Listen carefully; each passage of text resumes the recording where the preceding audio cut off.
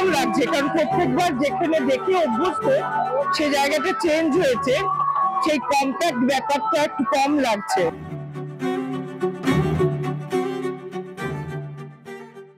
ওগো তোমার চক্ষু দিয়ে মেলে সত্য দৃষ্টি, ওগো তোমার চক্ষু দিয়ে তোমায় প্রণাম। 25শে বৈশাখ, আর এই দিন জোড়াসাঁকো ঠাকুর বাড়িতে মহা সমারোহে জন্ম জয়ন্তী অনুষ্ঠান পালন করা হয়ে থাকে।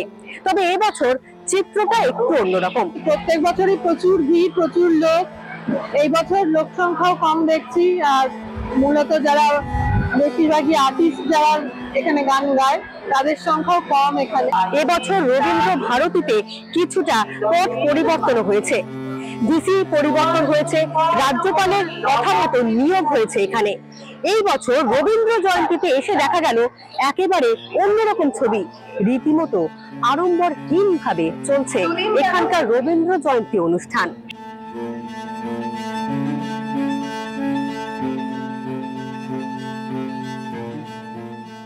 মহর্ষি ভবনের বাইরে মঞ্চ করে হয়ে থাকে রবীন্দ্র জয়ন্তী, সেই জায়গাতে নেই কোনো মঞ্চ।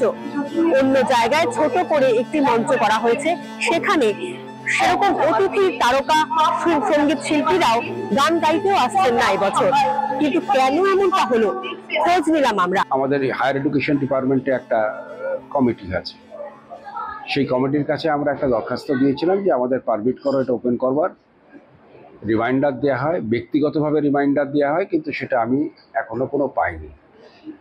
ফলে আইন মেনে আমাদের ওই ছোট ছোট খরচা করে করতে হচ্ছে, বড় করে করা সম্ভব হয়নি। রাজ্য সরকারের তরফ থেকে প্রতিনিধিরা তারা আসেন, মাল্যদান করেন রবীন্দ্রনাথের মূর্তিতে, কিন্তু এবছর সেটাও সেভাবে চোখে পড়লো না। সকাল থেকেই আমরা রয়েছি।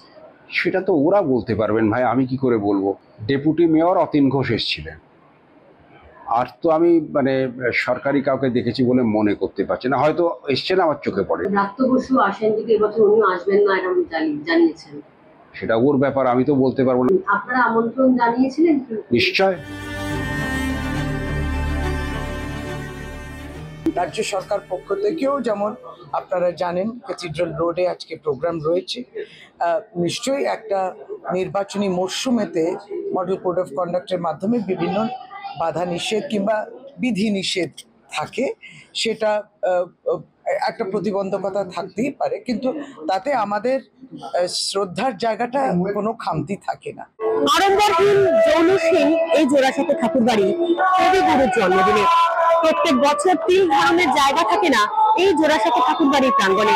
এবছর চিত্রটা একেবারে অন্যরকম, ফাঁকা ফাঁকা এই জোড়াসাঁকো ঠাকুর বাড়ি। যৌনসীন বলবো না, বাঙালি প্রাণে রবীন্দ্রনাথ, এবং সেই রবীন্দ্রনাথের টানে আপামর জনসাধারণ আর নিজেরা বরাবর তাদের নিমন্ত্রণ করতে হয় না, তারা 25শে বৈশাখে জোড়াসাঁকো এবারও তারা এসছে।